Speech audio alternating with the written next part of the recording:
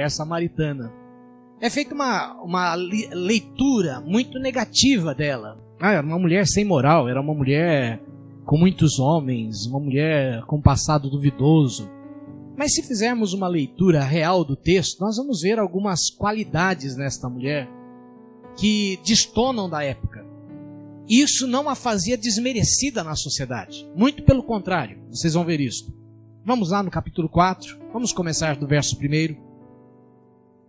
Quando, pois, o Senhor veio a saber que os fariseus tinham ouvido dizer que ele, Jesus, fazia e batizava mais discípulos que João, se bem que Jesus mesmo não batizava, e sim os seus discípulos, deixou a Judeia, retirando-se outra vez para a Galileia, e era-lhe necessário atravessar a província de Samaria.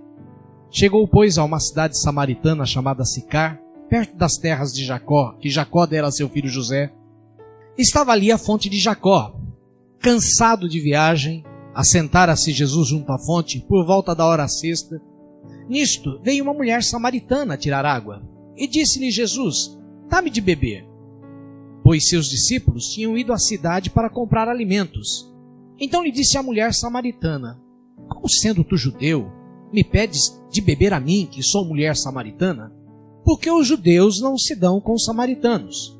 Replicou-lhe Jesus: se conheceras o dom de Deus e quem é que te pede, dá-me de beber, tu lhe pedirias, e ele te daria água viva. Respondeu ela: Senhor, tu não tens com o que tirar e o poço é fundo. Onde, pois, tens a água viva? És tu, porventura, maior do que o nosso pai Jacó, que nos deu o poço, do qual ele mesmo bebeu, e bem assim seus filhos e seu gado? Afirmou-lhe Jesus: quem beber desta água tornará a ter sede. Aquele que beber da água que eu lhe der, nunca mais terá sede para sempre. Pelo contrário, a água que eu lhe der será nele uma fonte, a jorrar para a vida eterna. Disse-lhe a mulher: Senhor, dá-me desta água, para que eu não mais tenha sede, e nem precise vir aqui buscá-la. Acudiu-lhe Jesus: vai, chama teu marido e vem cá. Ao que respondeu a mulher: não tenho marido. Replicou-lhe Jesus: bem disseste, não tenho marido. Porque 5 maridos já tiveste, e esse agora que tens não é teu marido. Isto tu disseste com verdade. Senhor, disse-lhe a mulher, vejo que és profeta. Nossos pais adoraram nestes montes. Neste monte, vós, entretanto, dizeis que em Jerusalém é o lugar onde se deve adorar. E disse-lhe Jesus: mulher, podes crer-me que a hora vem, quando nem neste monte, nem em Jerusalém adorareis ao Pai. Vós adorais o que não conheceis, nós adoramos o que conhecemos, porque a salvação vem dos judeus. Mas vem a hora, e já chegou, quando os verdadeiros adoradores adorarão ao Pai em espírito e em verdade. São estes que o Pai procura para seus adoradores. Deus é espírito, e importa que os seus adoradores o adorem em espírito e em verdade. Eu sei, respondeu a mulher, que há de vir o Messias, chamado Cristo. Quando ele vier, nos anunciará todas as coisas. Disse-lhe Jesus: eu o sou, eu que falo contigo. Neste ponto, chegaram seus discípulos e se admiraram de que estivesse falando com uma mulher. Todavia ninguém lhe disse: porventura, o que perguntas para ela? Por que falas com ela? Quanto a mulher deixou o seu cântaro, foi à cidade e disse àqueles homens: vinde comigo e vede um que me disse tudo quanto tenho feito. Será este porventura o Cristo? Saíram, pois, à cidade e vieram ter com ela. E aqui vai se passando a história, verso 39. Muitos samaritanos daquela cidade creram nele, em virtude do testemunho da mulher que anunciara: ele me disse tudo quanto tenho feito. Até aqui. Uma das coisas que nós mais encontramos nos dias de hoje são pessoas com convicções. Já repararam isso? Todo mundo tem uma convicção. Convicção política, convicção de valores, de princípios, a favor de Temer contra Temer, a favor de Dilma contra Dilma, a favor do PSDB contra PSDB, contra PT, a favor do PT.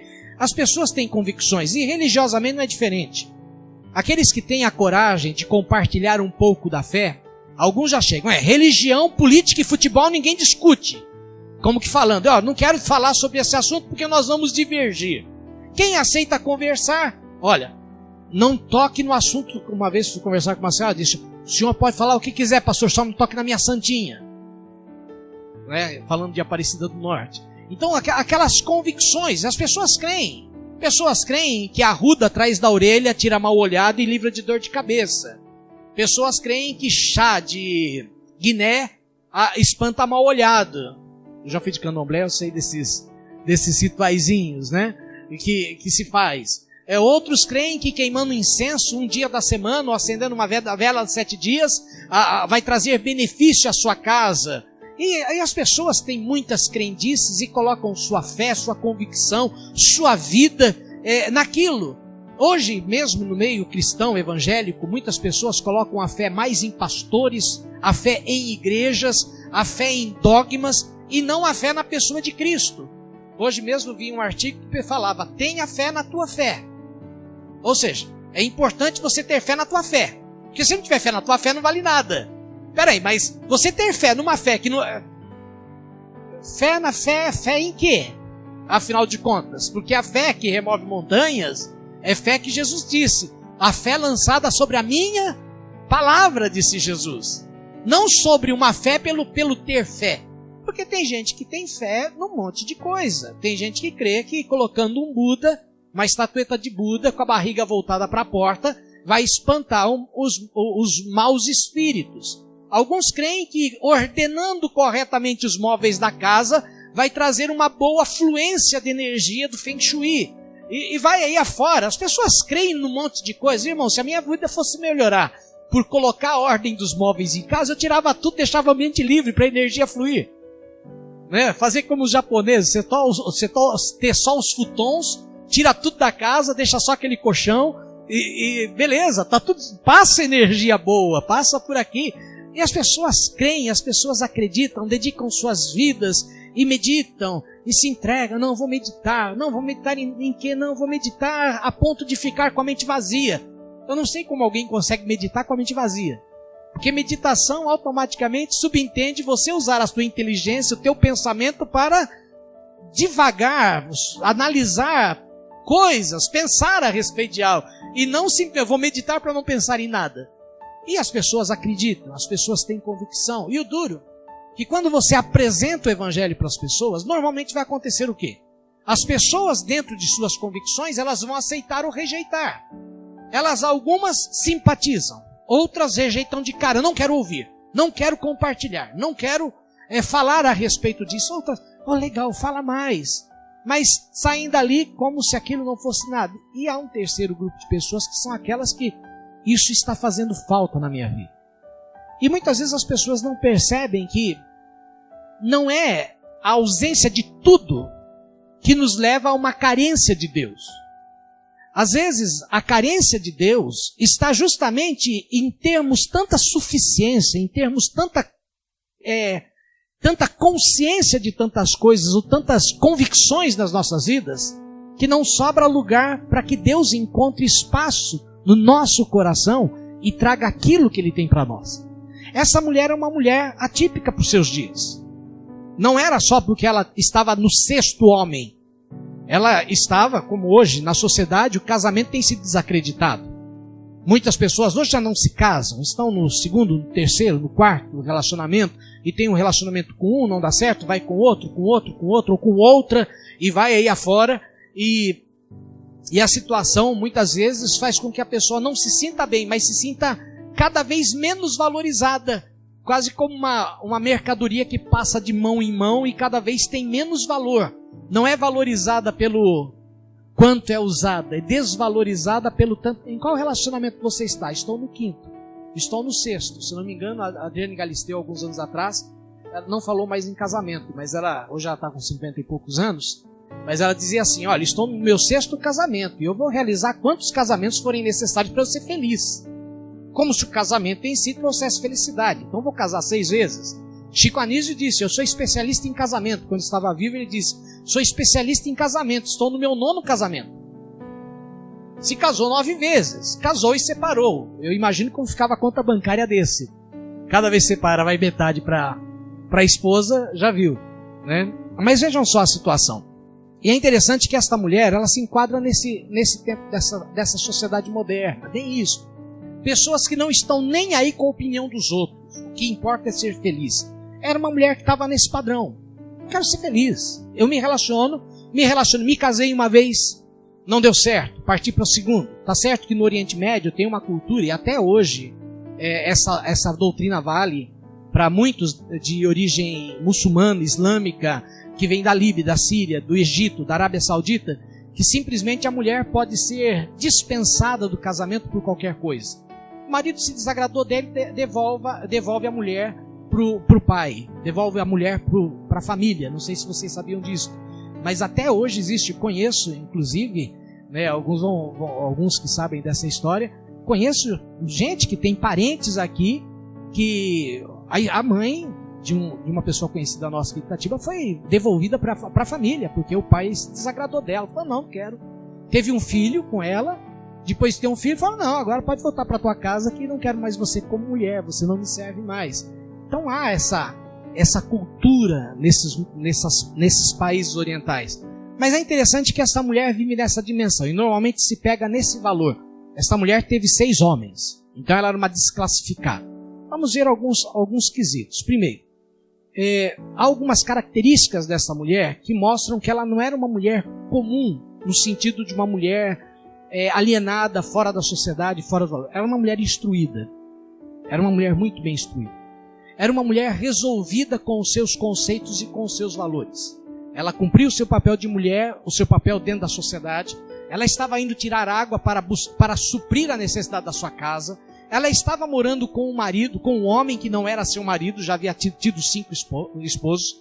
E quando chega no verso de número verso 19, você percebe que ela era uma mulher instruída. Porque quando Jesus Cristo a questiona sobre o marido, Jesus Cristo fala, vai chamar teu marido.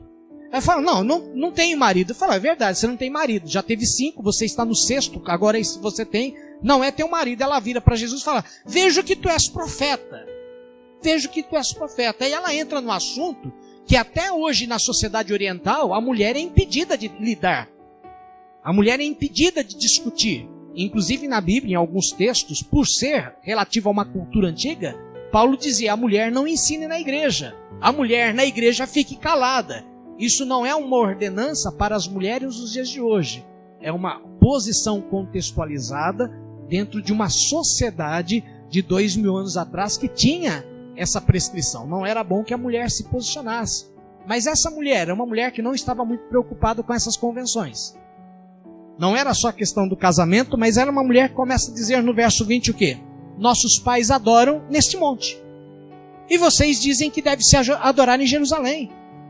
Como que é esse negócio? Onde que nós vamos encontrar Deus? Onde que nós vamos encontrar Deus? Ela questiona valores religiosos com um homem.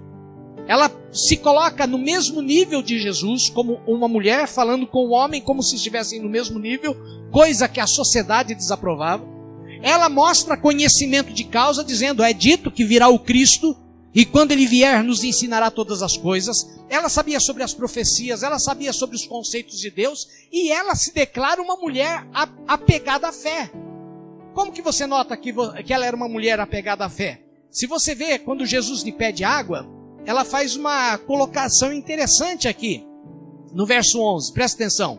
Respondeu ela, Senhor, tu não tens com que tirar, e o poço é fundo. Onde está a água? És tu, porventura, maior do que o nosso pai Jacó, que nos deu este poço? Mas se nós conhecemos um pouco a história, nós sabemos que os samaritanos não eram judeus. Os samaritanos eram um povo estrangeiro que veio morar na terra de Israel, quando na época do cativeiro assírio, o rei da Síria veio em Israel, dominou a terra de Israel, onde estava a cidade de Samaria, a cidade de Siquém, e levou aquele povo de Israel embora, os judeus, e trouxe um povo estrangeiro. E aquele povo estrangeiro passou a adotar o culto judaico como sendo seu culto. Passou a adotar os costumes judaicos como sendo seus. Esta mulher era samaritana. Os judeus não se davam com o samaritano, por quê? Porque o samaritano se considerava judeu. E o judeu considerava o samaritano gente desclassificado para a fé. E esta mulher coloca para Jesus algo que era uma ofensa para o judeu. Ela diz, tu és tão grande quanto nosso pai Jacó. Ao fazer isso, ela está se incluindo na fé judaica, se incluindo do mesmo nível dos judeus e herdeira das mesmas promessas. Ou seja, era uma mulher que conhecia os valores de Deus, conhecia a religião, conhecia os princípios dos valores judaicos no que concernia a Deus. certo? Era uma mulher liberada na sua vida conjugal, era uma mulher que vivia acima da média das mulheres, se envolvendo em religião, discutindo no mesmo nível de um homem, no nível de religião, conversando com eles, abordando a fé judaica como sendo sua, o que era uma ofensa para o judeu. Era uma mulher de convicção, era uma mulher de princípios. E ela era bem vista na sociedade. Veja só o modelo.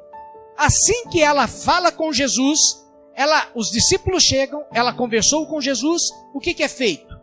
Ela vai para a cidade e dá testemunho. E todos os da cidade vão atrás de Jesus por causa do testemunho dela. Se fosse uma pessoa desqualificada, sem credibilidade, você aceita o testemunho de uma pessoa desqualificada ou sem credibilidade? E vai atrás da opinião dela, do conceito dela? Ela era uma pessoa que, pelo que nos parece, dentro da sociedade, ela tinha ganhado um certo prestígio. E as pessoas, ao ouvir o seu testemunho, dizem: vamos atrás do que ela está falando. Vamos dar crédito àquilo que ela está nos dizendo. E vão ter com Jesus, que é justamente as ministrações que vão acontecer dentro do verso 31 e 38. Creio que não foi só isso que Jesus falou. Mas os próprios samaritanos, no verso 39, diz: não é mais pelo que você diz, mas nós ouvimos Jesus e acabamos crendo no que ele crê. Então entenda, esta mulher era uma mulher de muita convicção, de muitos valores. Era religiosa, era uma mulher liberada, era uma mulher para frente, digamos assim. Era uma mulher que lutava pelos seus interesses, era uma mulher de opinião. Mas é interessante que neste processo tudo, porque quando a gente conta uma pessoa assim, é uma pessoa que tem tudo para se dar bem na vida. Uma pessoa que não depende dos outros, que não fica dando bola para a torcida. É uma pessoa resolvida. É uma pessoa que busca os seus interesses. É uma pessoa capaz. É uma pessoa desenvolvida. É uma pessoa que ganha um certo prestígio na sociedade. O que ela precisava? O que ela precisava mais? E aqui eu gostaria de trazer algumas observações para a nossa vida. Porque entenda, todos nós aqui temos uma religião. Todos nós temos. Ou somos cristãos evangélicos, ou temos visitante em nosso meio, não sei qual a sua profissão, a sua confissão de fé, mas todos nós temos uma fé.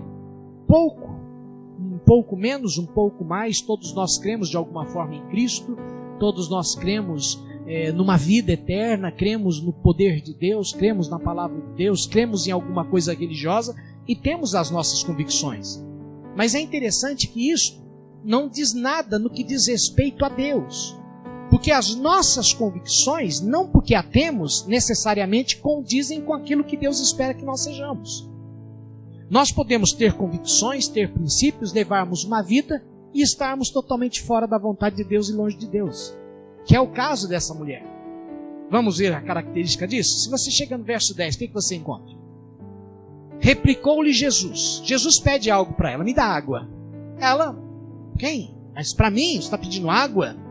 E Jesus diz, replicou-lhe Jesus: se conheceras o dom de Deus, e quem é que te pedes, tu lhe pedirias, e ele te daria água da vida. Essa mulher tinha conhecimento religioso, tinha conhecimento a ponto de debater teologia com Jesus, tinha base para discutir com Jesus de forma a ter um diálogo inteligente. Os dois dos maiores discursos que Jesus nos traz, um está no Evangelho de João capítulo 3, que é o encontro dele com Nicodemos, que é um mestre na lei, e o segundo está no capítulo 4 de João, que é uma conversa com esta mulher samaritana. São duas bases da estrutura dorsal da nossa fé: o novo nascimento e a expectativa que Deus tem que nós venhamos a viver na dimensão dele e não na nossa. Esta mulher era religiosa, essa mulher tinha conceitos, mas ela não conhecia Jesus. Mais do que isso, ela não só não conhecia Jesus, como ela, embora conhecesse conceitos da palavra de Deus, ela não conhecia o presente que Deus estava dando para ela. Um presente que era capaz de mudar a sua vida. Porque dentro de todas essas convicções, ela vivia uma vida cotidiana como qualquer outra pessoa. Todos os dias, talvez se encaixando naquela música do Chico Buarque, todo dia ela faz tudo sempre igual, aquela rotina do dia a dia. E como todo dia, imagine, hoje quem tem a bênção, é uma bênção lavar louça, não é? Quem gosta de lavar louça, principalmente no frio? É ruim? Mas você já pensou em lavar louça 100 anos atrás?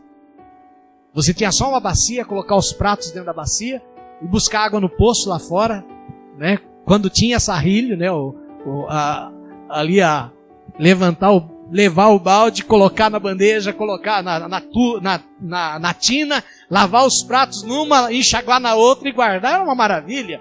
Hoje você tem a torneirinha, fica ali despejando água, né? Alguns têm o privilégio da água quente na torneira.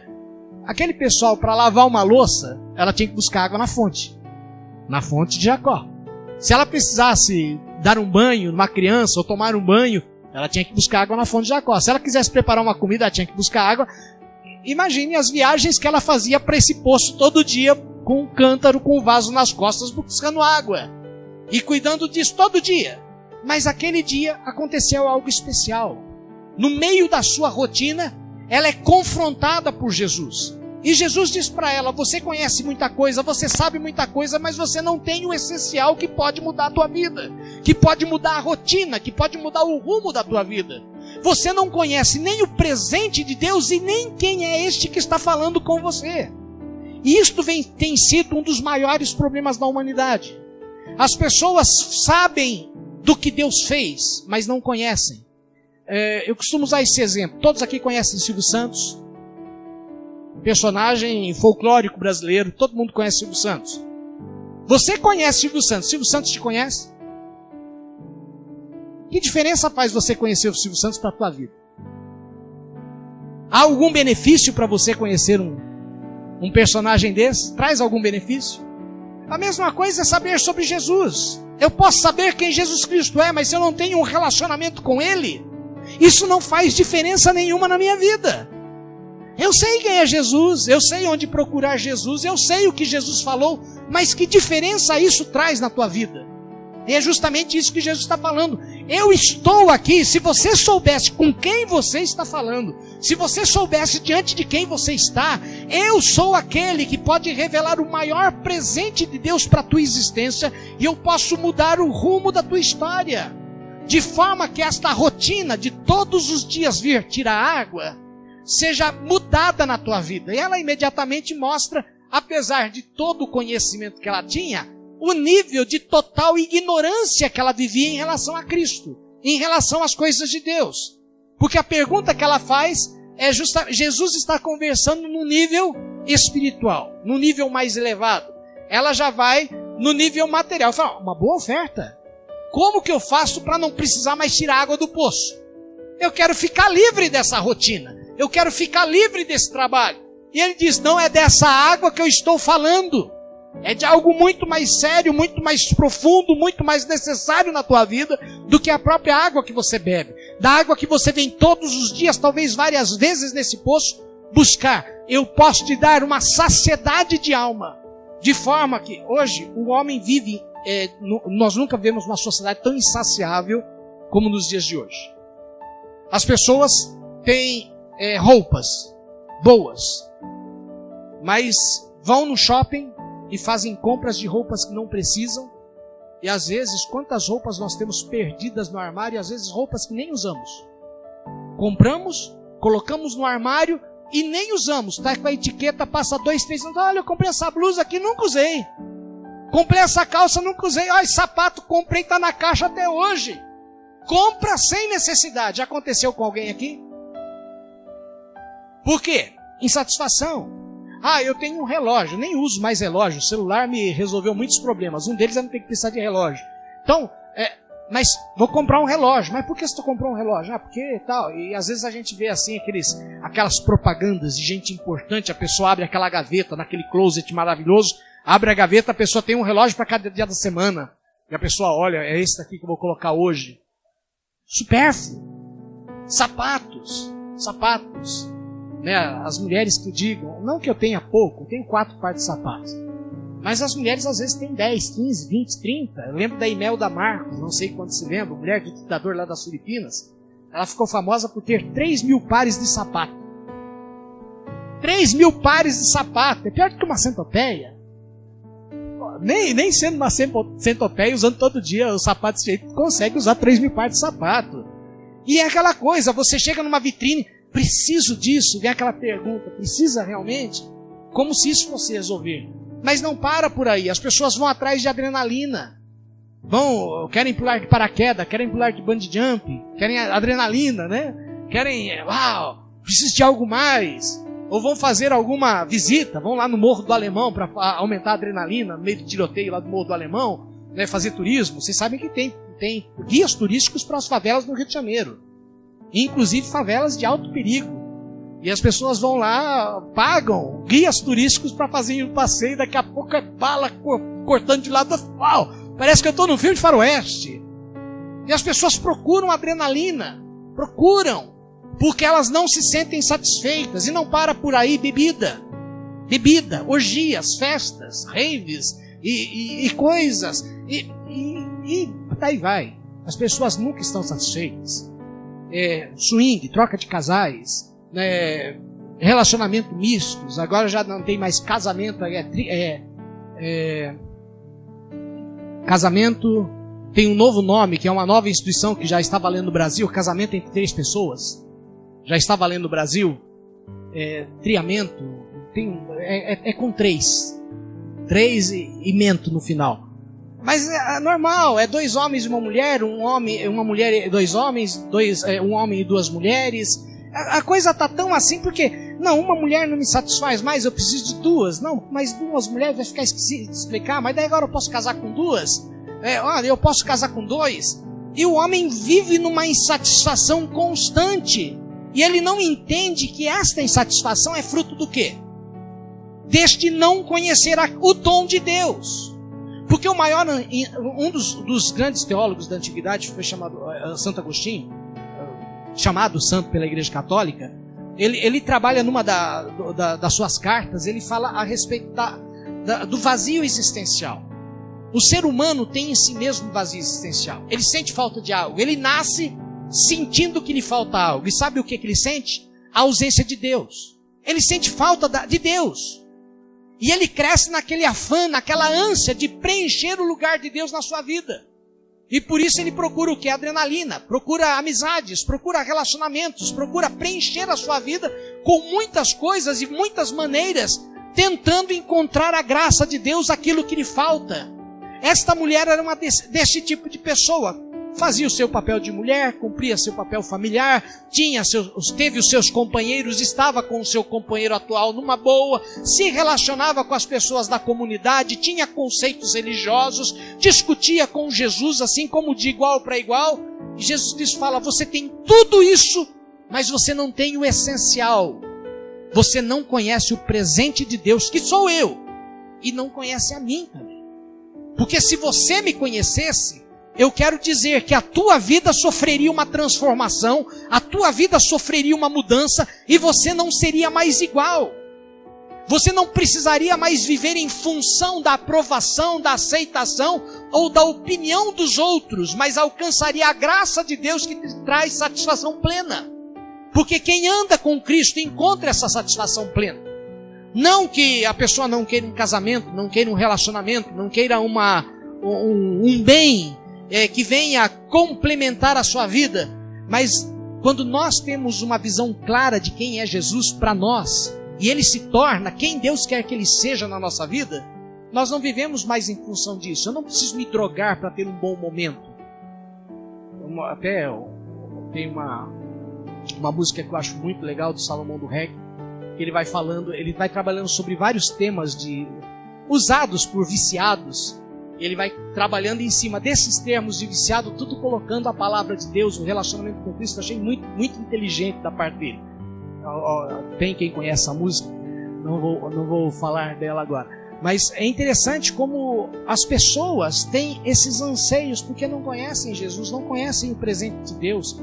E esta mulher, ela tem este encontro com Jesus. E quando ela se encontra com Jesus, Jesus lhe confronta em 2 níveis que ela precisa ter uma transformação na sua vida. Primeiro, ela precisa entender a dimensão com que ela deve se relacionar com Deus. Primeiro isso. Entenda, não importa a tua religião, não importa o teu conhecimento, não importa o quanto você saiba, o quanto você possa debater sobre a tua religião, Se você não conhece Jesus Cristo, você nunca vai ser uma pessoa plena. Você sempre vai ser vazio, sempre vai estar faltando algo. Você nunca vai estar saciado. Nunca, jamais. Porque só Cristo traz saciedade plena no nosso coração e traz satisfação absoluta na nossa vida. Nós encontramos um sentido pelo qual viver. E é o que Jesus Cristo está dizendo para ela: se eu te der a água para beber, se você pedir para mim, eu vou saciar a tua sede de uma maneira tal que você nunca mais terá sede. Essa ansiedade de alma, essa dor de alma, essa angústia de alma que você tem, ela vai ser arrancada do teu coração e você vai encontrar saciedade. Mas é necessário que você saiba quem está falando com você. É necessário que você conheça quem está falando com você. E aqui vem o primeiro desafio que gostaria de trazer para você nesta noite. Você já se encontrou com Jesus? Você já teve esse encontro com Jesus, de permitir que Jesus lhe dê a água da vida? Sacie o desejo do teu coração. Porque muitas vezes você está dentro da igreja, mas você é uma pessoa infeliz, você é uma pessoa triste, uma pessoa vazia. Você não tem satisfação na tua vida, nada te satisfaz, nada te preenche, a vida não tem sentido. E o que Jesus está oferecendo para esta mulher é justamente esta mudança. E esta mudança é necessária, é fundamental para ela. A segunda necessidade que ele apresenta, você encontra a partir do verso número 20, quando ela questiona onde se deve adorar a Deus. E é onde justamente Jesus a confronta, talvez, com um dos maiores desafios da Bíblia. Quando ele diz o seguinte no verso 23, mas vem a hora, e já chegou, quando os verdadeiros adoradores adorarão ao Pai em espírito e em verdade. Ou seja, os homens hoje pensam que adorar a Deus está meramente em cantar, está meramente em dançar. Estou falando a cristãos. Está meramente em entoar um som, tentando agradar a Deus. Irmãos, se nós não entendermos que temos que elevar quem somos, elevar o nosso coração, a nossa mente, a uma dimensão que possamos nos relacionar com Deus nessa dimensão espiritual, nós nunca vamos ter um encontro real com Deus. E muitas vezes as pessoas vêm à igreja e dizem, não senti nada na igreja. Lógico, se você vem na igreja para sentir alguma coisa na dimensão humana, sinto te dizer, eu posso contar uma piada e te fazer rir. Hoje tem um monte de palhaço no púlpito fazendo o povo dar risada. Um stand-up evangélico, e conta piada, e faz gracinha, e faz gracejo, o pessoal ri. Ah, que legal, foi tão gostoso o culto, tão feliz. Ah, aquele pastor é um barato, é um palhaço. É realmente isso. Mas quero te dizer que isso, você saiu pela porta, não vai te satisfazer. Eu posso fazer promessas do púlpito, Deus nessa noite vai fazer grandes milagres e grandes revelações e tal, e falar e fazer até milagres. Você sair daqui, isso não resolve o problema do teu coração. Porque o que vai nos saciar, entenda, nós ansiamos voltar para junto de Deus. Esse é o anseio da humanidade.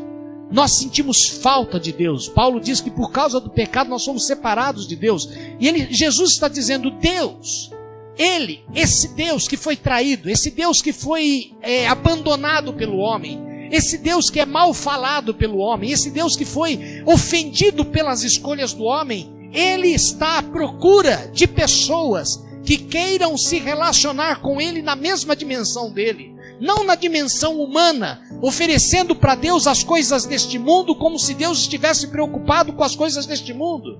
Deus não está preocupado com carros, com casas, com bens, com roupas, com sucesso, com realização. Deus não está preocupado com título. Deus está preocupado em salvar a tua alma, para que a tua alma eterna esteja com Ele por toda a eternidade. Esse é o objetivo de Deus. Deus pode me dar roupas, mas não é esse o propósito da minha vida. Eu não estou neste mundo para comprar roupas. Eu não estou neste mundo para possuir bens, conquistar casas, conquistar carros, conquistar sucesso, realizações. Deus me permite viver neste mundo para que no breve curso da minha vida eu o encontre. E Deus possa olhar para mim e me chamar de filho. E eu posso olhar para Deus e o chamar de pai. Mais do que isso, Jesus Cristo diz, eu já não vos chamo amigos. Eu vos tenho chamado filhos. Filhos. Tenho chamado, não chamo servos, os tenho chamado amigos. E Ele não se envergonha de nos chamar de seus irmãos. Deus não se envergonha de nos chamar de seus filhos. Deus quer ter uma relação muito mais íntima, mais profunda conosco. E uma das coisas que as pessoas têm feitas hoje é orbitar nas igrejas, em torno de alcançar benefícios neste mundo, satisfação neste mundo. E irmãos, não há como ter satisfação neste mundo. Não há como ter. Quando você vê uma sociedade em que crianças são estupradas todos os dias pelos seus cuidadores, uma sociedade de violência, onde homens que não aceitam um término de uma relação matam a sua companheira ou ex-companheira e matam a sua família, envenenam a família toda. Uma sociedade onde vemos o crime descarado no Congresso Nacional e a gente sabe daquela coisa vendida e sabe que não virá coisas melhores do que isso. E você fala, como é bom viver no Brasil. O Brasil é um paraíso. Não é. Uma das cidades mais lindas que eu visitei até hoje é Rio de Janeiro. Linda, maravilhosa. Quem foi, se encanta. Mas você anda com medo no Rio de Janeiro. Um medo intenso de andar no Rio de Janeiro. Medo de bala perdida, medo de ser assaltado, medo de violência. Uma vez estávamos andando, eu, a Verônica e a Vera, numa das ruas ali perto de uma praça principal do Rio de Janeiro, ir para Copacabana. Daí chegou um senhor do meu lado, olha, vocês são turistas, né? Somos. Não vá por esse caminho aqui que tem muito assaltante, vai por aquele caminho ali. Bom, fui na confiança que o cara estava bem intencionado, então fui por outro caminho. Ele podia estar dando a indicação errada, né? Estava entregando o jogo. Mas você anda numa insegurança. Daí você fala, não, mas isso é porque é cidade grande. Meus irmãos, eu mudei para uma cidadezinha do Paraná. Quando me casei, isso 30 anos atrás, mudei procurando serenidade e sossego. Minha casa foi roubada 4 vezes, numa cidade de 50, 60 mil habitantes. Não existe segurança nesse mundo. Se você tem algo, isso que você tem hoje pode ser roubado, porque não tem segurança. Então você pensa, vou mudar de país, vou morar num país bom, num país de primeiro mundo. Beleza. Não porque tem gente querendo mudar, em breve vai estar mudando.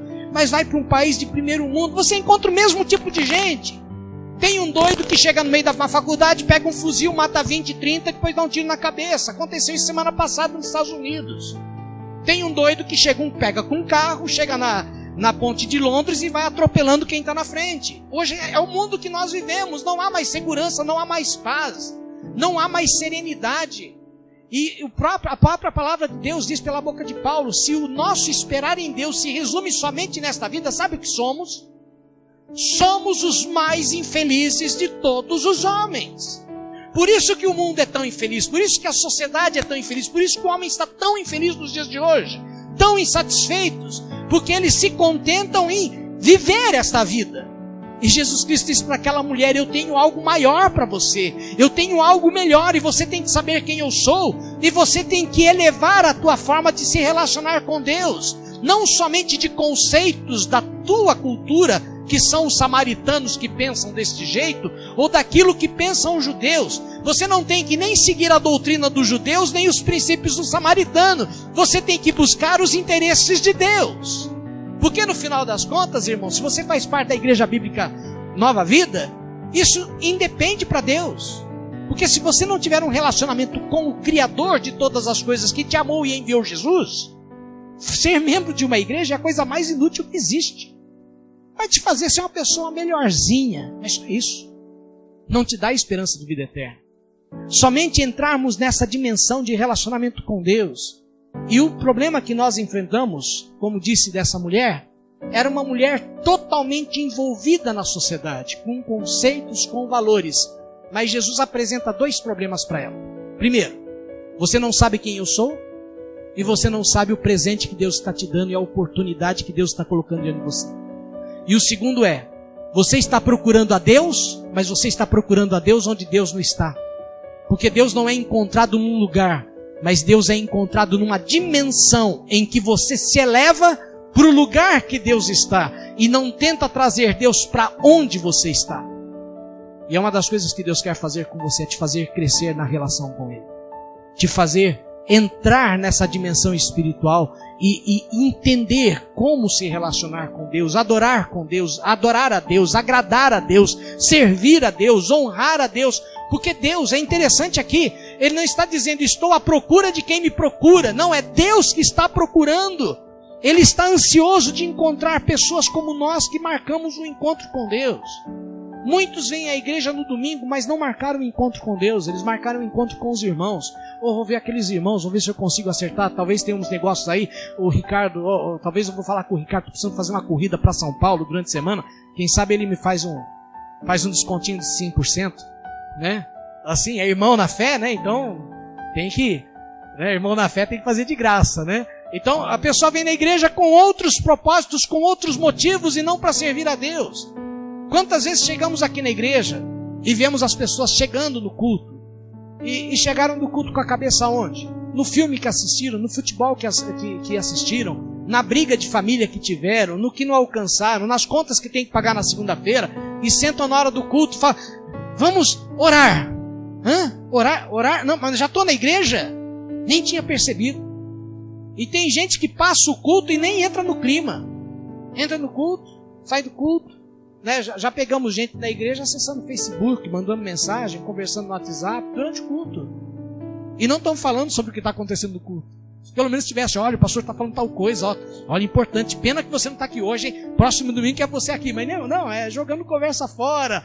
E a mensagem era, o culto hoje está uma chatice. A gente viu a mensagem. O culto hoje está uma chatice. Uau! Essa mulher tinha tudo ao seu alcance. Mas ela não havia chegado a lugar nenhum, até que ela se encontre com Jesus. E sabe o que é mais curioso nesse expediente? É algo que eu acho fantástico na relação que Deus tem conosco. É justamente o que diz o verso número 4. O verso 4 do capítulo 4 diz assim, era-lhe necessário atravessar a província de Samaria. Os discípulos não sabiam por que estavam indo para Samaria. Mas Jesus, ele viu uma necessidade. Ele viu a necessidade de estar em Samaria para se encontrar com esta mulher. E eu quero dizer algo muito especial para você. Não sei o que te motivou a vir a esta igreja nesta noite. Talvez o hábito, talvez o costume, ou aquela ideia, eu tenho que ir à igreja no domingo. Mas eu quero te dizer uma coisa, que Jesus, quando se propôs a vir nessa igreja, ele está aqui hoje. Porque ele não mente, ele disse assim, onde estiverem 2 ou mais reunidos em meu nome, ali estaria no meio deles. Ele viu a necessidade de passar neste lugar para se encontrar com você. Ele quis marcar este encontro, então cada culto que nós realizamos é uma oportunidade de você ter um encontro com Jesus. E nesta noite, neste encontro que Jesus marcou com você, porque você pode ter vindo pelos mais variados motivos, mas quem te trouxe a este lugar de forma especial foi Jesus, que queria te encontrar aqui hoje e dizer, eu quero que você me conheça. Eu quero que você me conheça. Eu quero que você saiba quem eu sou e quero que você saiba o que eu sou capaz de mudar na tua vida. Mas para isso é necessário que você faça algo. O que Jesus estabelece que era necessário que essa mulher fizesse? Notaram? Se você pedir. Eu quero te dizer uma coisa. Jesus marcou um encontro com você nesta noite para reescrever a tua história, para dar uma razão de você viver, para tirar o peso e a angústia do teu coração, para te dar sentido na vida, para marcar sua vida. E a única coisa que Ele coloca, o único referencial para você é, eu marquei este encontro com você. Você nem pensava nisso, mas era necessário eu estar aqui em Itatiba nesta noite, na Avenida Marechal Castelo Branco 30, na Igreja Bíblica Nova Vida, para me encontrar com você, porque eu queria ter este encontro com você, entrar na tua vida e te dar água da vida e saciar a sede, esta angústia, esse vazio, esta falta de razão de viver que você tem tido no coração. Deus te trouxe a este lugar, porque era necessário a Ele se encontrar com você, se encontrar comigo. Eu precisava me encontrar com Jesus hoje. Jesus viu essa necessidade. E sabe o que é interessante? As pessoas vêm na igreja, como oramos aqui hoje, oramos e devemos orar pelas necessidades. Você tem necessidades, mas quero te dizer, esta mulher tinha uma necessidade que a levou até o poço. O que era? Buscar água, não é? Mas você lembra que quando ela volta para a cidade para conversar com os homens da cidade, onde ela deixa o cântaro? Se lembram disso? Veja o que diz aqui, no capítulo 4, se você for no verso 28. Quanto à mulher, o que ela fez? Os discípulos chegaram, ela deixou o seu cântaro e foi à cidade e compartilhou a sua experiência com aqueles homens. O que a levou ao poço? A necessidade de encher o cântaro. Mas aquela necessidade era uma desculpa. E Jesus, naquele encontro com ela, satisfez uma necessidade muito mais profunda. Ela disse: eu na verdade não precisava de água daquele poço. Eu precisava da água da fonte da vida. E essa água da fonte da vida saciou a minha sede. E ela vai até aqueles homens com um testemunho tão convincente, que aqueles homens da cidade saem atrás dela e vão se encontrar com Jesus. E o testemunho mais gracioso é o que diz o verso 42 do capítulo 4. E diziam à mulher: já agora, não é pelo que disseste que nós cremos, mas porque nós mesmos temos ouvido e sabemos que este é verdadeiramente o Salvador do mundo. É fantástico isso. Ela não somente encontrou para ela, como ela se tornou um instrumento de transformação em toda aquela comunidade, pela graça de Deus manifestada nela. Você chegou aqui com necessidades familiares? Quero te dizer que a água da vida para mudar a história da tua família está disponível neste altar. Não neste altar, esta coisa física e material, mas neste lugar que hoje se tornou um lugar de encontro teu com Jesus. E Ele pode saciar a sede do teu coração. E você pode levar água, não levar uma garrafinha de água benzida para o pastor. Eu já tomo água no final do culto, não deixo nada aqui, porque eu só falo: a baba do pastor pode ser santa, vou levar água para casa, vou benzer a casa com água benta, né? Irmãos, não essa água, mas a água que vem da fonte da vida, que é Jesus, que pode limpar a tua alma de toda a culpa, te perdoar os pecados, te fazer mais leve, te dar força para encarar essa segunda-feira, seja ela como for ou como vier, com a graça que for necessária, e Deus te fazer forte e constante. E principalmente, saindo daqui, nessa dimensão, saio da igreja, mas não saio da presença de Deus.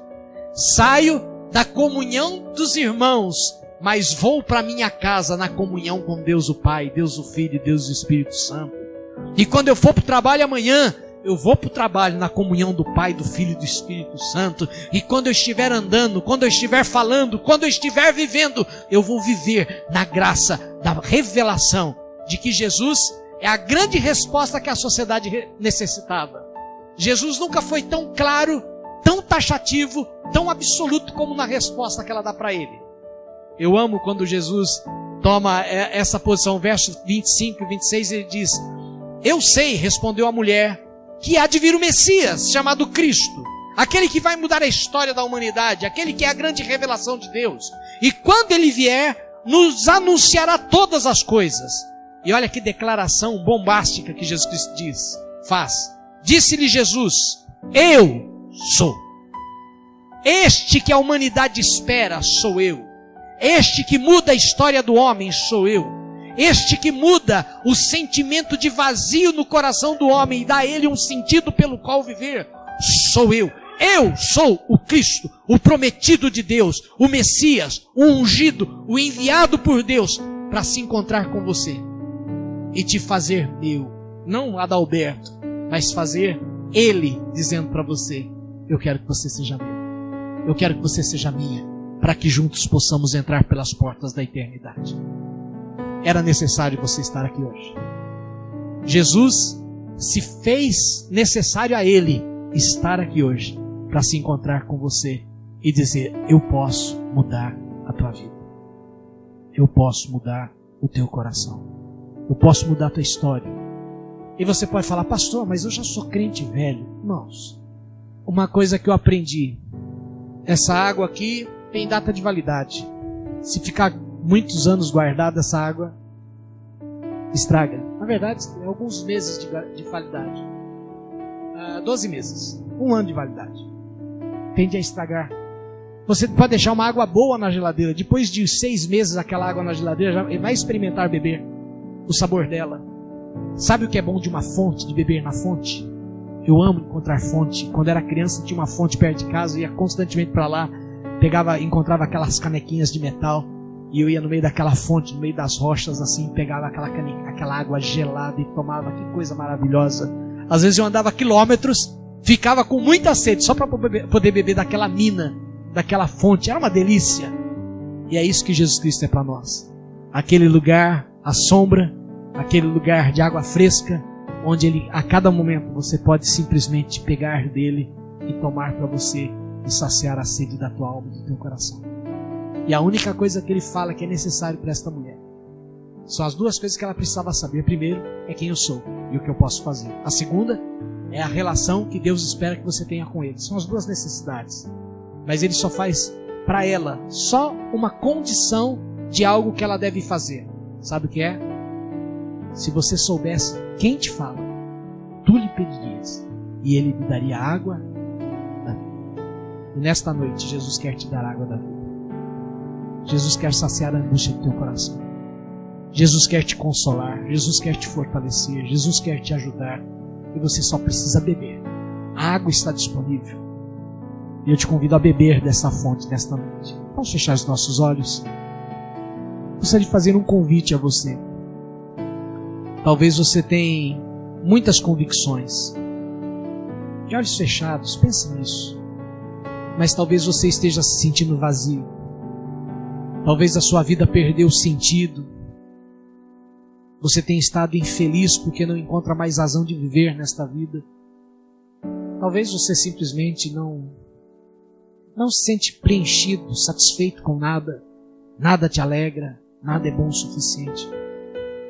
Talvez você já esteja no Evangelho há um bom tempo, mas você sente que tem se ausentado de Deus por práticas, por simplesmente esfriamento.